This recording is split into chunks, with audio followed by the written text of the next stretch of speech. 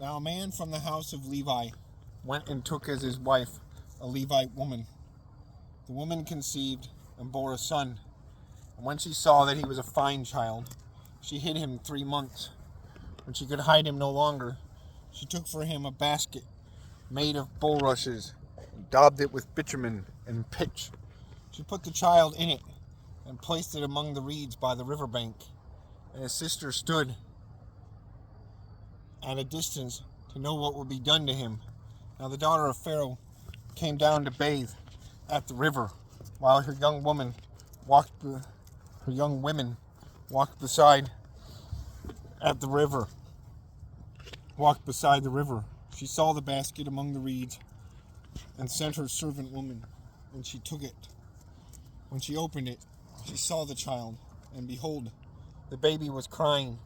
She took pity on him and said, "This is one of the Hebrews' children."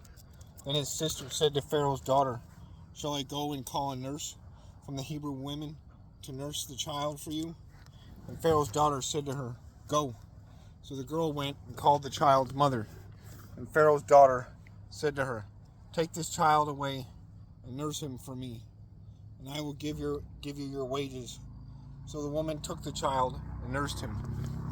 When the child grew older, she brought him to Pharaoh's daughter, and he became her son. She named him Moses, because she said, "I drew him out of the water." One day, when Moses had grown up, he went out to his people and looked on their burdens, and he saw an Egyptian beating a Hebrew, one of his people. He looked this way and that, and seeing no one, he struck down the Egyptian and hid him in the sand. When he went out the next day, behold, 2 Hebrews were struggling together, and he said to the man in the wrong, "Why do you strike your companion?" He answered, "Who made you a prince and a judge over us? Do you mean to kill me as you killed the Egyptian?" Then Moses was afraid and thought, "Surely the thing is known." When Pharaoh heard of it, he sought to kill Moses. But Moses fled from Pharaoh and stayed in the land of Midian, and he sat down by a well. Now the priest of Midian had 7 daughters, and they came and drew water and filled the troughs to water their father's flock.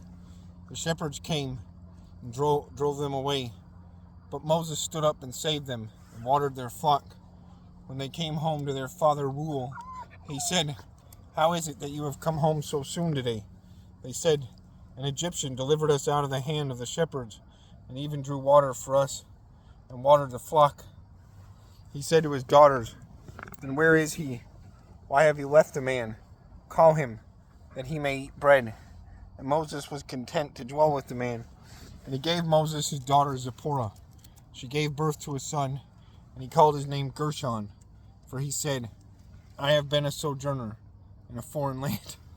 During those many days, the king of Egypt died, and the people of Israel groaned because of the slavery and cried out for help.